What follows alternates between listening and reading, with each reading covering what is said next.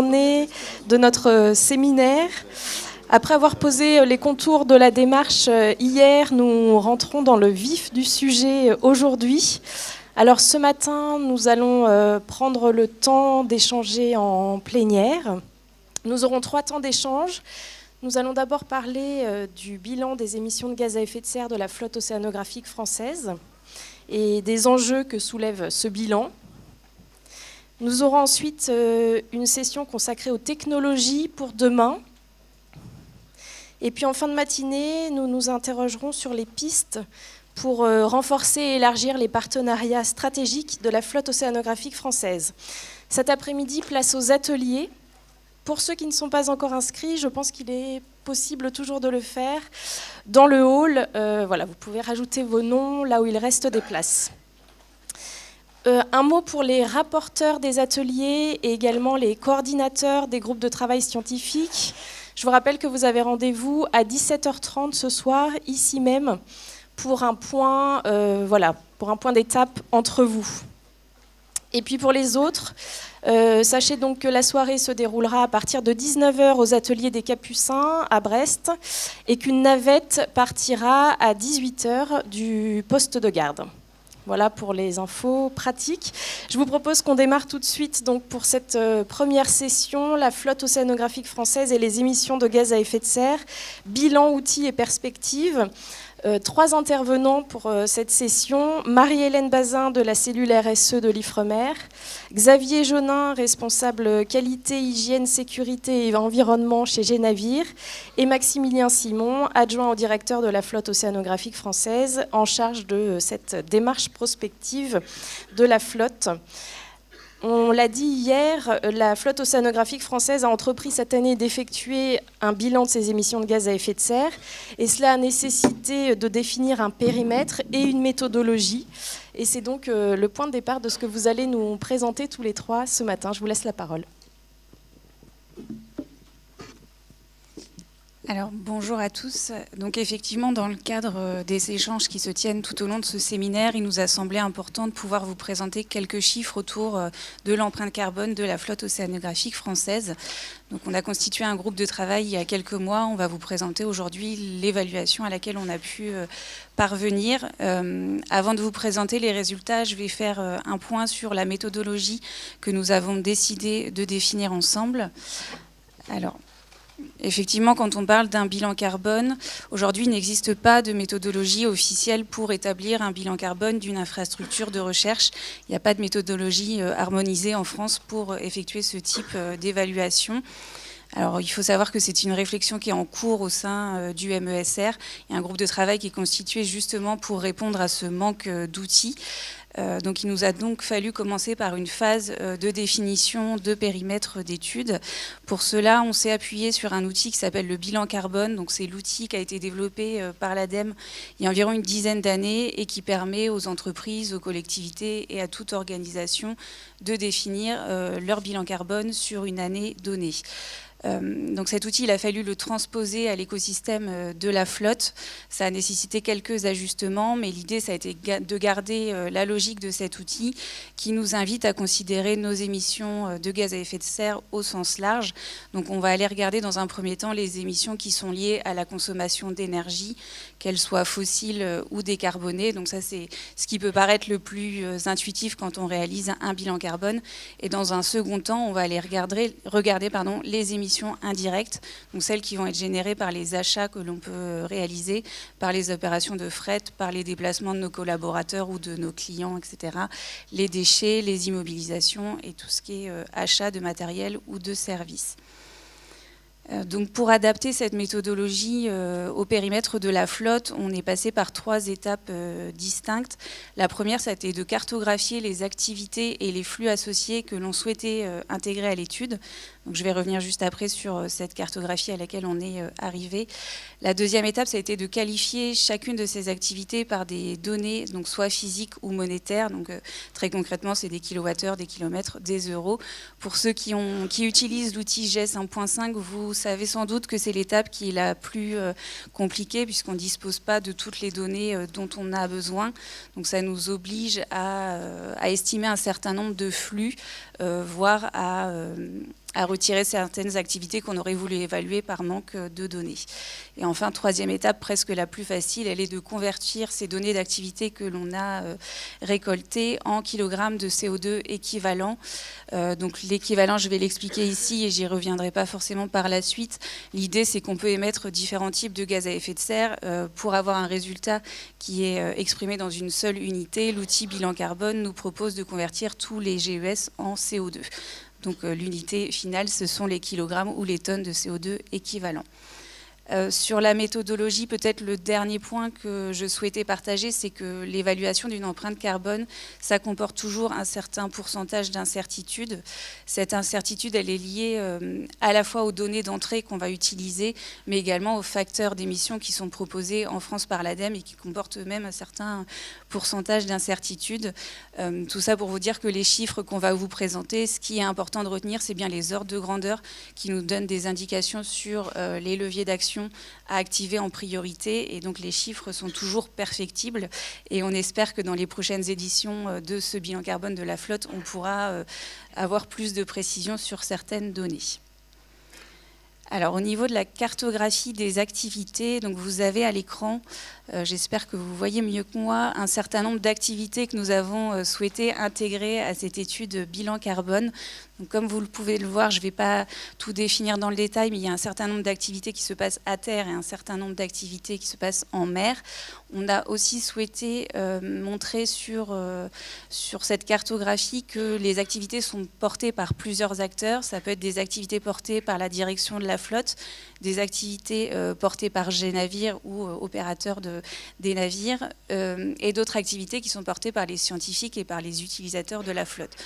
Tout ça pour vous dire que l'empreinte carbone qu'on va présenter juste après, elle relève bien de la responsabilité de plusieurs acteurs et c'est collectivement qu'on va pouvoir agir sur cette empreinte. Alors pour maintenant passer à la deuxième étape dont je vous parlais, qui a été d'évaluer chacun des flux qui est signalé sur cette cartographie. On a souhaité commencer par les flux que l'on pressentait comme étant significatifs. Et pour les identifier, on a la chance d'avoir pu s'appuyer sur deux précédents bilans qui avaient été réalisés au niveau de l'Ifremer et de G-Navire et qui nous permettaient déjà de pré-identifier les postes sur lesquels probablement les émissions seraient les plus fortes. Donc quelques mots sur le bilan de l'Ifremer pour l'année 2021. Il s'élevait à 60 000 tonnes de CO2 avec le premier poste d'émission qui était lié au carburant utilisé sur les navires, et ensuite deux postes qui sont assez liés, le poste achat et le poste immobilisation, qui constituaient 22% et 19% des émissions de gaz à effet de serre. Je vais peut-être laisser Xavier donner quelques mots sur le bilan G-Navire.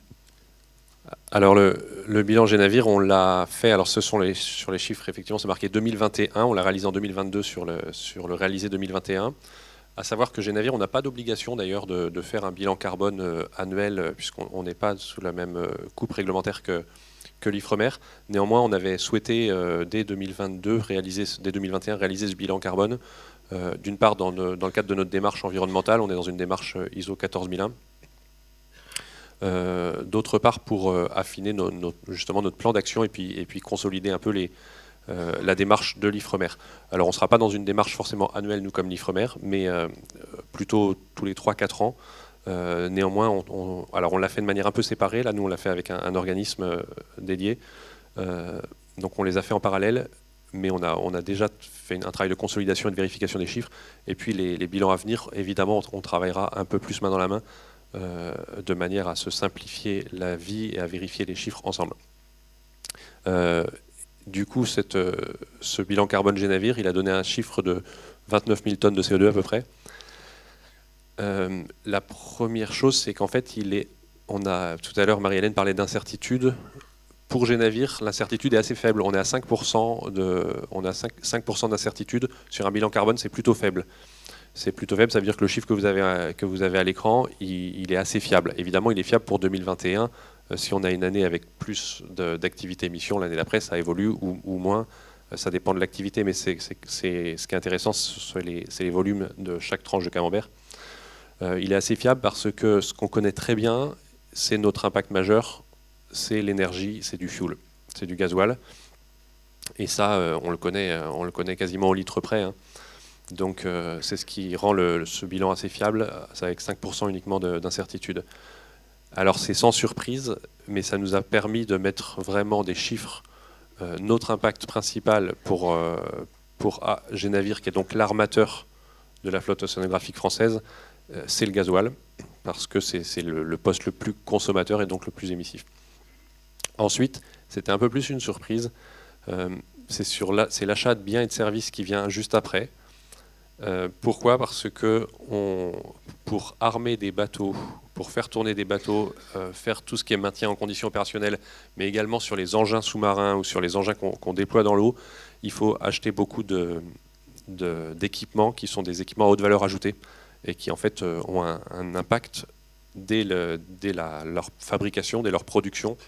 C'est beaucoup d'électronique, c'est beaucoup d'équipements assez lourds avec pas mal de métal, voire de métaux rares. Et donc ces équipements ont un impact, et puis en plus viennent de loin, donc ont un impact aussi, sont transportés. Donc achat de biens et de services qui vient en deuxième position, effectivement.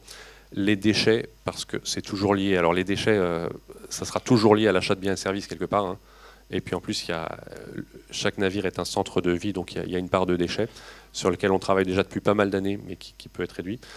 Et puis les déplacements et le fret. Alors le fret, on s'attendait à ce que ça sorte très haut, et en fait, pas du tout. Ça disparaît parce que ça reste assez épisodique par rapport au reste. Donc ces deux bilans, vous le voyez, nous ont permis déjà de pré-identifier des postes que l'on présentait comme significatifs dans le bilan carbone de la flotte. Peut-être juste une précision, l'outil bilan carbone n'est pas conçu pour pouvoir ajouter et faire des sommes de bilan carbone entre eux. Donc comme vous pouvez le comprendre ici, entre le bilan Ifremer et le bilan Génavir, il y a un point commun, c'est d'avoir intégré les consommations de carburant. Donc pour pouvoir vous donner aujourd'hui une image de ce que représente la flotte en termes de bilan de gaz à effet de serre, il a fallu qu'on aille extraire des données dans plusieurs bilans, donc celui de l'Ifremer, celui de Génavir, et ajouter des données peut-être issues des campagnes, issues des études de laboratoire et d'autres instituts qui sont utilisateurs de la flotte. Donc c'est vraiment pas un outil qui est conçu aujourd'hui pour pouvoir permettre des additions. Et ça répond peut-être à une question qui a été posée hier sur la mesure de l'empreinte de la recherche au sens large. On ne pourrait pas ajouter tous les bilans d'instituts pour arriver à la somme de la recherche en France. Donc pour arriver sur les résultats, donc on a estimé l'empreinte de la flotte pour l'année 2022 à environ 40 200 tonnes de CO2 équivalent qui se répartissent de la manière suivante. Donc la majorité de l'impact, 72%, lié aux campagnes en mer. Donc ça reflète assez bien ce que disait Xavier sur l'importance du carburant. Donc on y reviendra tout à l'heure. La deuxième phase la plus importante, ça va être la préparation et la maintenance de l'infrastructure. Donc on retrouvera ici, et j'y reviendrai dans le détail, un certain nombre d'achats qui peuvent être effectués soit par Génavir, soit par la DFO. Enfin, les opérations de retour à la terre et de démobilisation, qui représentent 7% de l'impact, et arrivent enfin 2% qui sont liés aux activités support à l'utilisation de l'infrastructure. Donc là, on ne va pas détailler. L'idée, c'est qu'on a intégré des activités de la DFO, des activités quotidiennes, donc des activités de bureau qui génèrent un certain nombre d'organisations, par exemple de réunions, des achats courants, des déplacements d'équipes et qui se révèlent non significatifs à l'échelle du bilan de la flotte. Donc pour vous donner un peu plus de détails, on va entrer dans la phase qu'on a appelée préparation et maintenance de l'infrastructure. Je ne vais pas lire tous les chiffres qui sont sur la slide, ce sont des éléments qu'on pourra partager. Ce qu'il faut retenir ici, c'est que ce qui va impacter fortement les activités, on va dire, hackées des navires, sont toutes les activités d'achat et de maintenance qui sont opérées soit par la DFO, soit par Génavir. On a intégré aussi dans ce poste les déplacements de matériel et de personnes vers les ports de mobilisation. Donc, ce qui apparaît fortement significatif, ce sont les déplacements des personnes. En revanche, comme le disait Xavier, le fret de matériel nous est apparu un peu moins impactant que le déplacement des personnes. Ce qu'il faut aussi savoir sur ce poste, c'est qu'il y a un angle mort principal dans notre bilan, c'est qu'on n'a pas su intégrer la construction des navires et des équipements. dont l'impact initial d'avoir construit des navires ou d'autres équipements, aujourd'hui on manque de données pour l'intégrer à ce bilan. On se doute que c'est un poste qui sera significatif et qu'il faudra qu'on intègre par la suite. Effectivement, la question de l'impact initial de la construction du navire, c'est ce qu'on appelle l'analyse de cycle de vie du navire. On s'est posé la question assez tôt. On a aussi contacté d'autres propriétaires de navires, que ce soit dans n'importe quel domaine, notamment à travers les armateurs et à travers l'association Armateurs de France dont on est membre. Et en fait, ce travail n'est pas fait. Aujourd'hui, il n'y a pas d'analyse de cycle de vie qui soit faite sur des navires à peu près similaires. Donc, on n'a pas pu sortir aujourd'hui l'impact de la construction du navire. En revanche, les préétudes, il y a une préétude qui a été faite par la DFO il y a quelques années, qui nous dit de toute façon, nos navires, on les garde tellement longtemps, puisqu'on est quand même sur des cycles de vie de 40-45 ans, qu'à la fin, c'est l'impact de construction, il est noyé dans la durée de vie du navire. Donc, ce n'est pas ça qui va changer comparativement à l'impact de la consommation du navire, notamment du gasoil. Donc c'est un élément qu'on espère avoir, on veut affiner là-dessus, tout en ayant conscience que ce n'est pas ça qui changera la donne.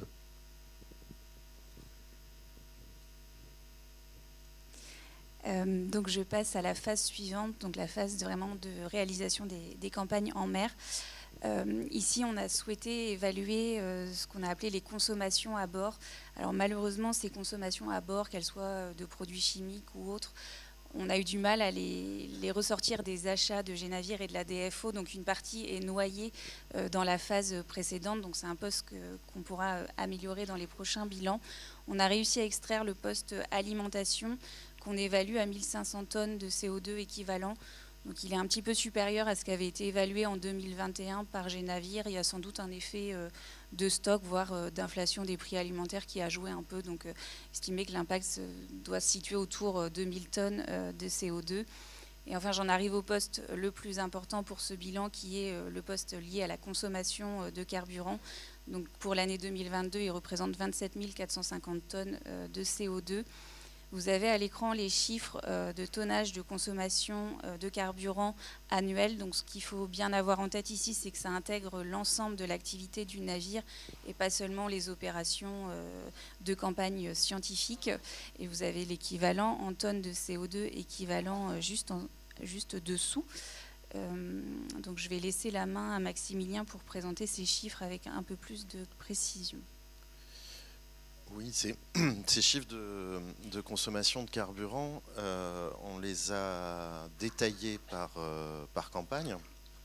Alors vous les retrouverez depuis peu sur le site de la FOF, puisque le fichier est en ligne, alors non seulement 2022, mais aussi 2021, et puis le début de 2023, ce qui vous permet de regarder vos campagnes ou l'ensemble des campagnes si vous le souhaitez.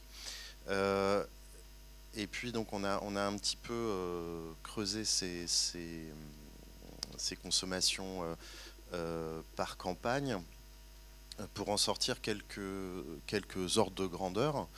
Donc là je présente des figures que Jean-François Bourrier nous a aidé à préparer, donc je le remercie. En gros, sans surprise, mais je pense que c'est important, surtout cet après-midi, il y aura des ateliers sur ces questions, d'avoir ces ordres de grandeur en tête. Le Marion Dufresne, c'est le navire le plus grand et c'est aussi donc, le navire qui consomme le plus. On remarque sur, là on a 4 ans de données, on est entre 15 et 20 tonnes par jour. Ensuite, on a le pourquoi pas, entre 7 et 8 tonnes par jour. La Talente et le Thalassa, 2 navires hauturiers de plus petite taille, entre 4 et 5 tonnes par jour. Et puis ensuite, à moins d'1 tonne jour, on va trouver les côtiers et semi-hauturiers.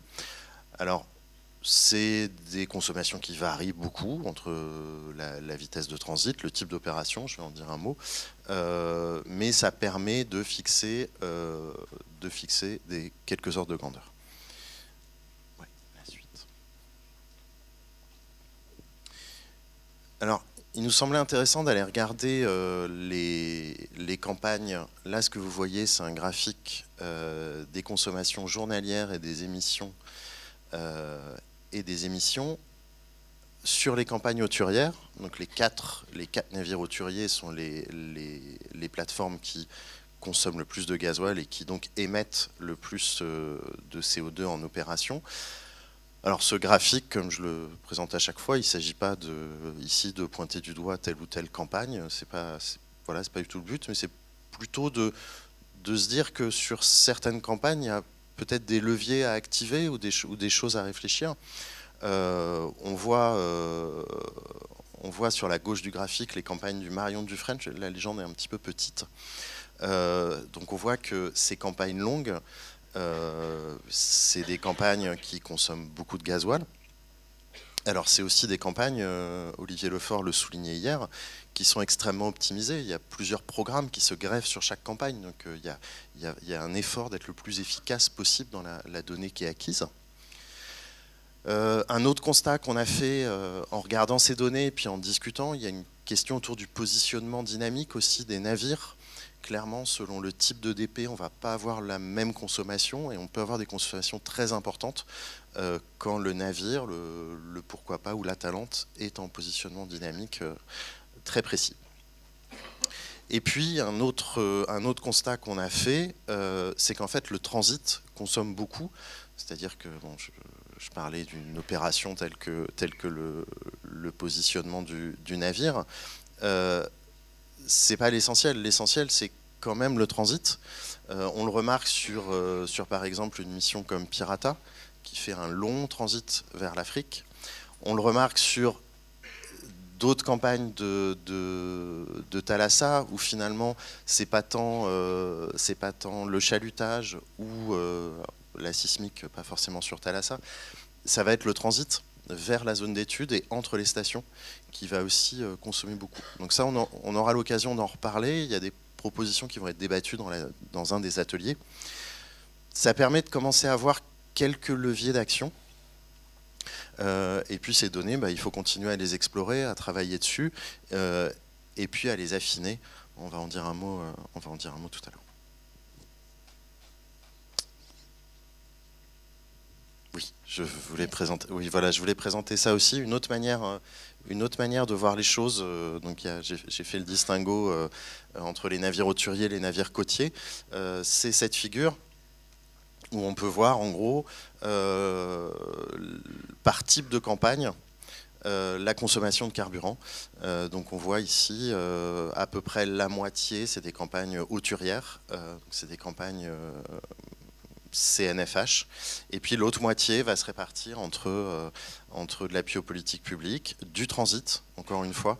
Le transit revient beaucoup. Alors là, ces transits-là, ce n'est pas des transits vers la zone d'étude, c'est des transits pour repositionner le navire entre campagnes.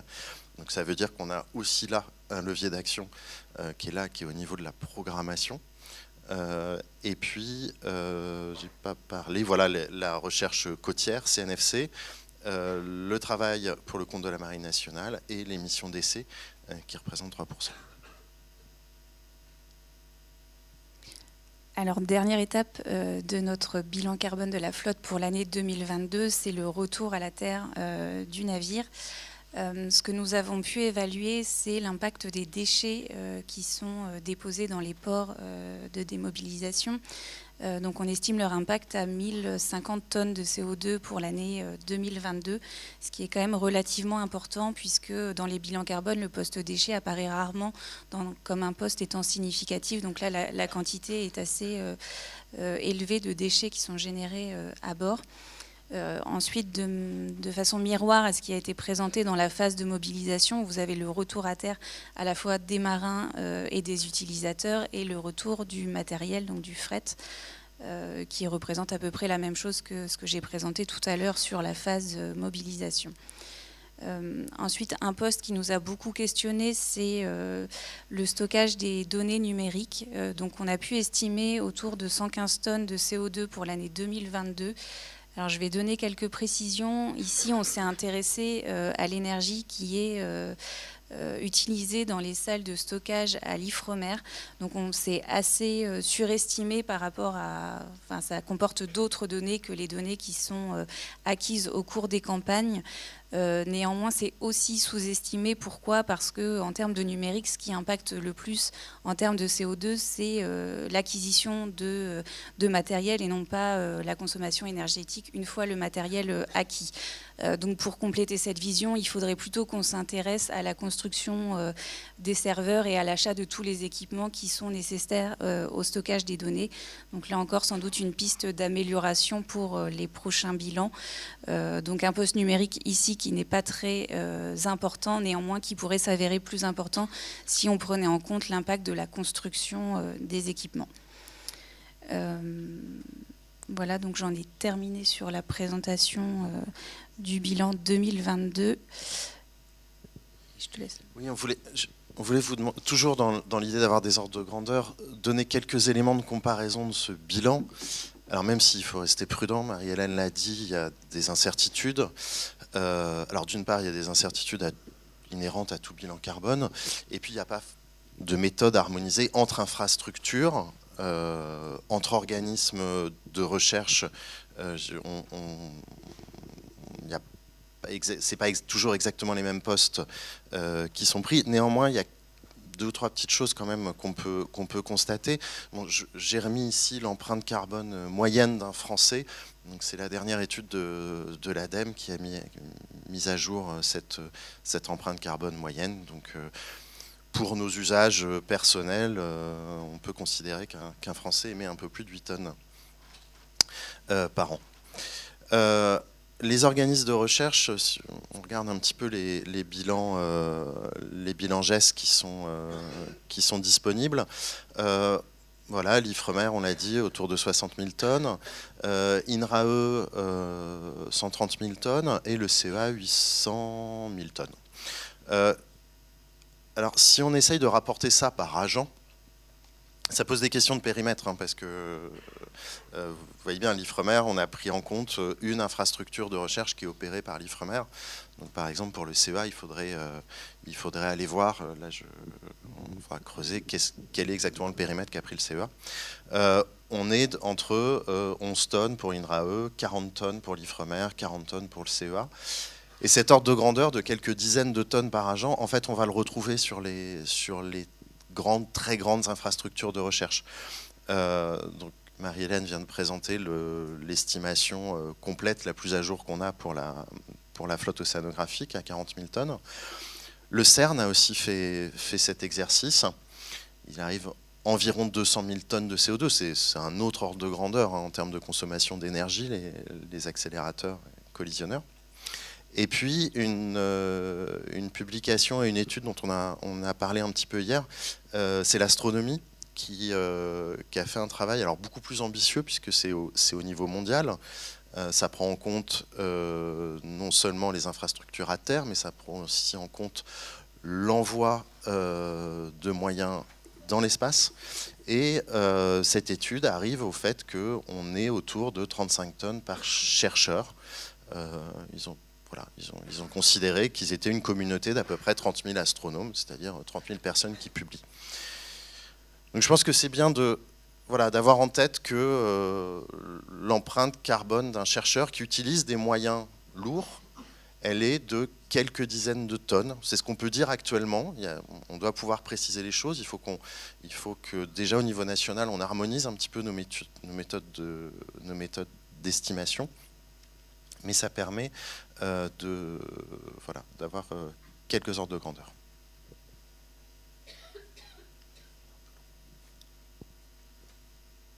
Oui, je peux continuer, Marie-Hélène, tu n'hésites pas à compléter. Donc ça, c'était une première édition du bilan carbone qu'on va appeler le plus exhaustif possible. On a plusieurs pistes d'amélioration pour refaire la prochaine édition. On va d'ailleurs se lancer assez rapidement dans l'édition 2023.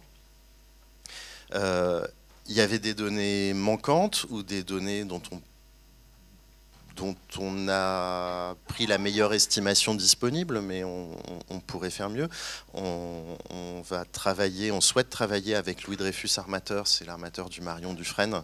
On n'a pas le même, pour l'instant dans le bilan carbone, on n'a pas intégré le même niveau de détail que Génavir. Et puis, on a fait une analyse uniquement sur le carbone. Donc, ce n'est pas une analyse complète de l'impact environnemental de la flotte. Vous avez vu, ce matin, on parle que du bilan carbone. Du côté du partage des données, donc je vous l'ai dit, vous pourrez retrouver ces données sur le site de la flotte. Et puis, ça veut dire aussi qu'on a beaucoup à partager avec des groupes comme Labo 1.5. On va rejoindre... Je suis déjà en contact avec le groupe de travail sur les infrastructures de recherche, justement pour parler de cette harmonisation de nos méthodes de calcul, et puis pour que voilà, toutes les structures qui veulent intégrer ces données à leur bilan carbone puissent le faire. Pour l'instant, on a uniquement les données de carburant par campagne, mais il va falloir qu'on réfléchisse à découper par campagne d'autres postes que le carburant, pour que vous puissiez aussi intégrer ça de la manière la plus aisée possible. Pour vous dire également aussi que G-Navire, en tant qu'armateur et filiale à 100% de l'Ifremer, G-Navire travaille aussi dans un environnement sur ces questions de décarbonation et de bilan carbone. On a fait une démarche conjointe avec l'Ifremer depuis maintenant 4 ans de labellisation Green Marine Europe, qui est un label spécifique pour justement améliorer, diminuer l'impact environnemental, donc le bilan carbone des navires, des armateurs et des ports. On travaille avec l'État, on travaille avec Armateurs de France, avec le cluster maritime français. Depuis un peu plus d'1 an maintenant, la DG AMPA, c'est la direction des affaires maritimes, a rendu à son ministère de tutelle une feuille de route de la décarbonation du maritime, qui se décline maintenant en plusieurs éléments, et on travaille avec eux. Voilà. Et pour vous dire qu'en fait, juste c'est ça, et pour vous dire que nous, on est ici à peu près. Hein. On travaille avec des engins comme ça et comme ça. Donc on est des petits poussets dans un environnement maritime qui est vaste, et un environnement maritime français qui est vaste. Et avec des navires, on est vraiment sur des petites unités, mais on s'appuie sur tout le réseau et sur tout le maillage et toute la réflexion qui est en cours sur la décarbonation. Et on fait partie actuellement d'un groupe de travail pour la décarbonation des grands navires de service. Donc quand on dit les grands navires de service, pour nous c'est les hauturiers. Donc on travaille, et l'Ifremer et G-Navire sont présents dans ce groupe de travail sur la décarbonation des grands navires de service. Et ça, ça fait partie de la feuille de route de la décarbonation du maritime qui a été présentée donc, il y a un peu moins d'1 an. Et c'est un peu le travail qu'il va y avoir à faire aujourd'hui, finalement, dans les ateliers, pour vous dire qu'il y a déjà des choses qui sont possibles, il y a déjà des choses sur lesquelles on travaille, et il y a des choses pour lesquelles on ne pourra pas travailler tout de suite, parce qu'on sait qu'il faudra attendre 2030, 35, voire 40, parce que les solutions technologiques, on ne les a pas encore, et on est trop petit, on est un trop petit pousset pour orienter toute une industrie. Donc, par exemple, le changement d'énergie, ce n'est pas nous qui allons pouvoir décider. On a besoin que à la fois l'industrie et les collectivités locales définissent quelles énergies seront disponibles dans les ports. Et puis après, c'est même pas que les ports français, c'est worldwide. Donc, toute la partie changement d'énergie pour des énergies moins carbonées, à gauche, on ne pourra pas agir sur certains éléments. Néanmoins, on travaille déjà pour tester des biofuels dans nos navires. On travaille déjà également sur le courant quai. On a une action en ce moment conjointe avec les ports pour que les ports nous mettent à disposition des systèmes de branchement en courant quai pour au moins diminuer l'impact carbone quand les navires sont à quai. Et nous ne sommes pas les seuls à pousser dans ce sens-là. On travaille vraiment main dans la main avec les autres armateurs là-dessus. Le NSH, ce qui est entouré en rouge, le NSH aussi aura une vraie capacité à profiter au mieux du courant quai. On a la même chose sur tout ce qui est traînée. C'est parce que je vois pas, c'est rien sur le petit écran. Traînée et efficience propulsive. On travaille énormément là-dessus. C'est des sujets, notamment sur le NSH, qui sont vraiment travaillés, qui sont affinés. De toute façon, nos bateaux sont généralement des bateaux très optimisés parce qu'on travaille énormément les formes de carène. Voilà. Sur tout ce qui est efficacité énergétique, on y travaille aussi. On a beaucoup entendu parler de transit hier, et sur le routing, sur les vitesses de transit. C'est un travail qui est en cours sur la manière dont on récupère aussi les données de consommation en instantané pour pouvoir vraiment affiner, faire du fine-tuning sur la conduite du navire. On y travaille, c'est en cours. Donc ça, ce sont les cercles à droite. Mais en fait, ce qui est le plus discret, c'est ce qu'il y a tout à droite, c'est la sobriété. Et c'est à la fois, quelque part, le plus difficile, parce que c'est un changement de nos habitudes et donc de vos habitudes. Et en même temps, c'est ce qui permet d'avoir un réel impact, parce que c'est de l'énergie qu'on ne consomme pas, donc qui n'a pas d'impact, dès qu'on passe dans la sobriété. Donc tout l'enjeu, il me semble-t-il, pour la réflexion en cours ces jours-ci, c'est comment travailler sur ce rond vert en haut à droite sur la sobriété.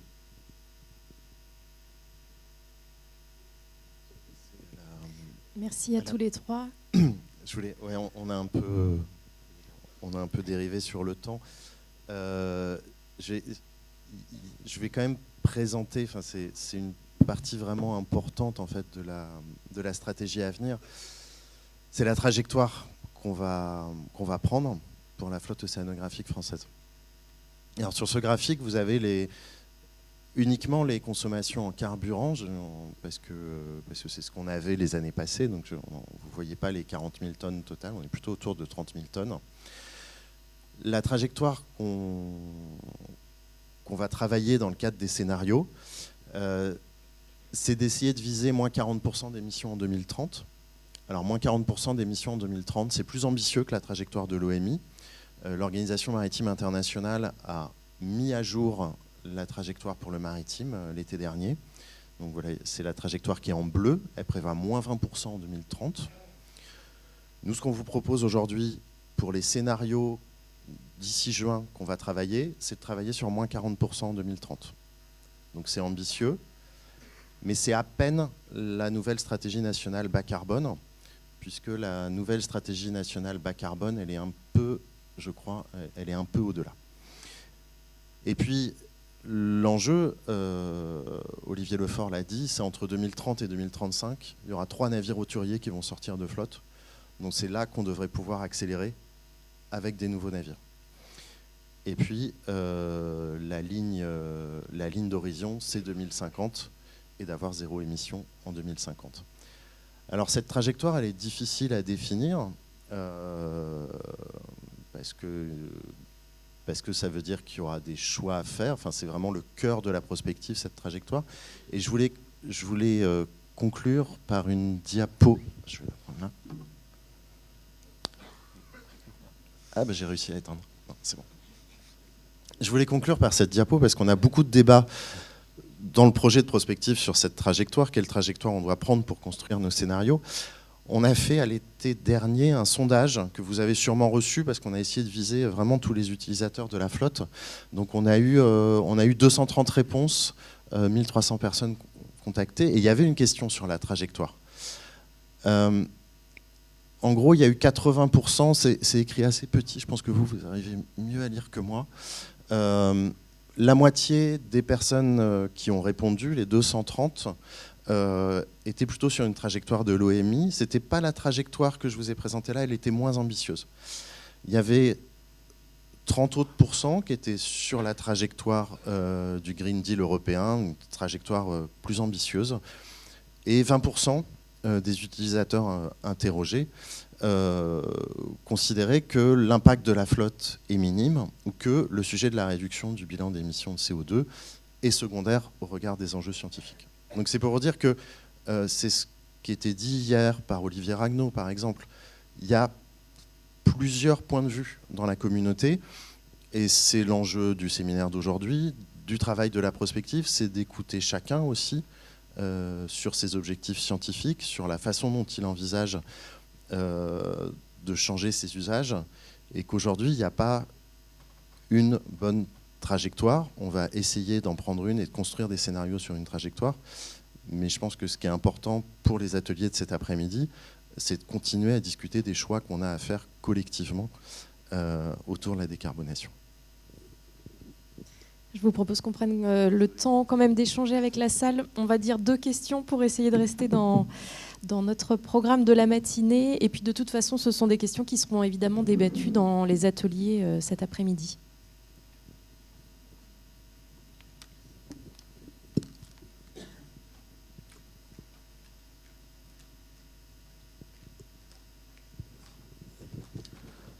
Bonjour, merci pour cette présentation et ces informations détaillées.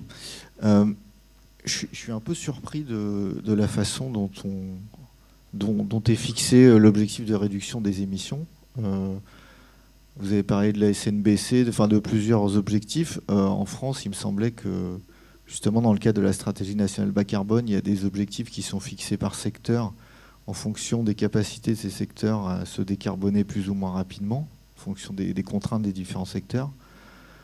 À ma connaissance, il n'y a rien pour l'enseignement supérieur et la recherche. Donc, est-ce que ces objectifs de réduction là, de 40%, ça a été discuté avec les tutelles? Est-ce qu'on a des objectifs qui viennent de l'État en nous disant où est-ce qu'on doit arriver? Parce que là, j'ai un peu l'impression que 40% en 2030, je ne vois pas comment on peut y arriver avec les moyens qu'on a aujourd'hui, vu que des bateaux, c'est construit pour 40 ans. On a quand même des contraintes énormes pour réduire. Donc, est-ce qu'on ne se tire pas une balle dans le pied en se donnant un objectif hyper élevé, sachant que les émissions de la flotte océanographique française, c'est 0,5% des émissions du trafic maritime français. Donc, il faut aussi remettre ça en perspective, quoi.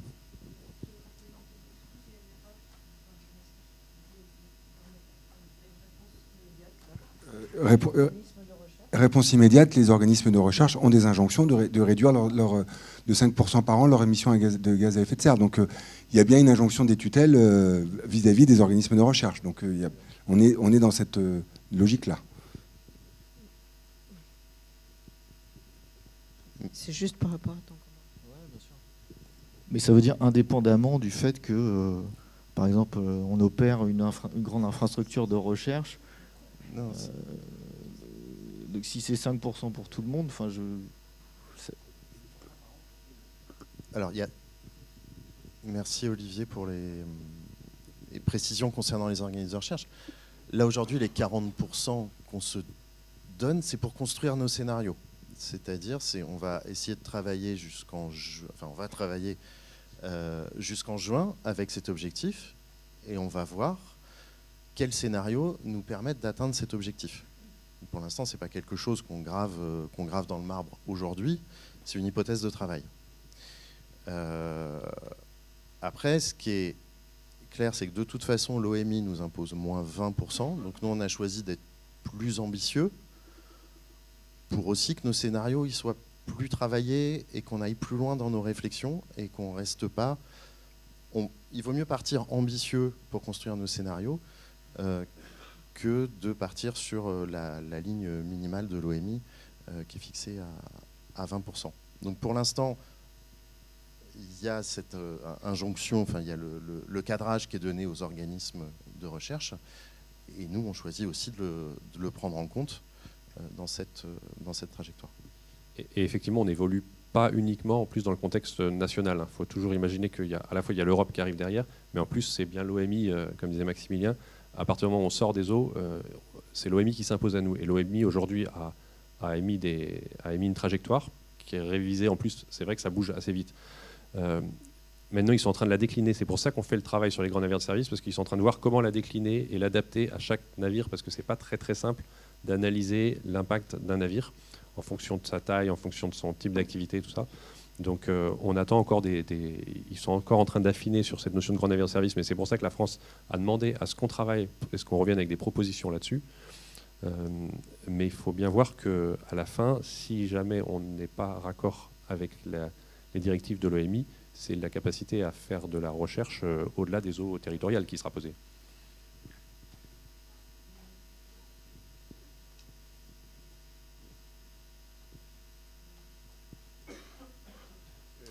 Oui, pardon, Olivier Lefort. Oui, enfin, très clairement, je pense que si on ne se fixe pas un minimum d'objectifs ambitieux dans notre réflexion, ça va être business as usual. Donc le moins 40%, c'est un objectif, comme le dit Maximilien, qu'aujourd'hui on s'est fixé comme cible pour les travaux et d'aujourd'hui et des mois qui viennent. Alors ça peut paraître beaucoup, mais il y a un certain nombre de choses qui ont été évoquées. Simplement, si on regarde les consommations à quai des bateaux, ça doit représenter 10%. il y a des choses comme ça qu'on peut travailler. Ça peut être d'ici 2030, effectivement, nous n'aurons pas le remplacement de gros navires, mais il y a un certain nombre de solutions. Et ce sera l'objet de la présentation d'après. Il y a aussi tout un sujet autour de l'évolution des usages. Ça va faire débat, il va y avoir discussion. Mais c'est sans doute aussi la somme d'un certain nombre de solutions où chacun apportera sa pierre qui vont permettre d'avancer. Et je pense qu'il faut laisser le débat se faire. En tout cas, nous, on ne voulait pas être sous-ambitieux dans les objectifs qu'on cherche à avoir en cible, en définitive.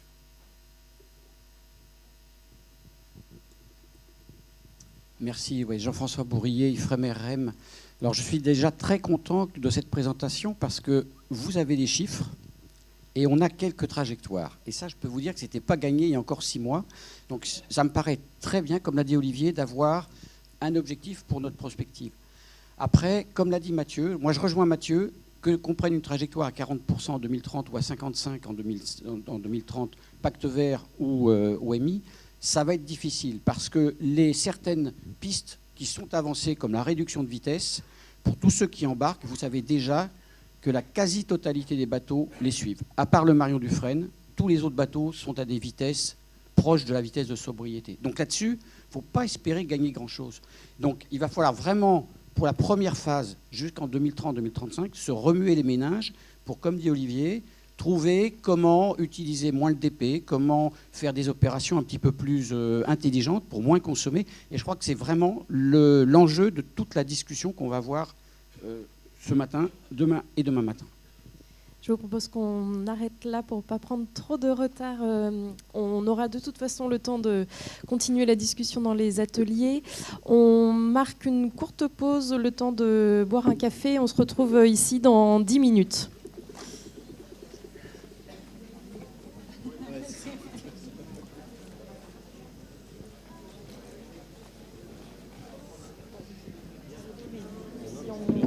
Ça va prendre trop de retard. C'est vrai qu'à un moment donné, j'avais terminé. Il y avait la grosse conclusion. On avait gardé le meilleur pour la fin.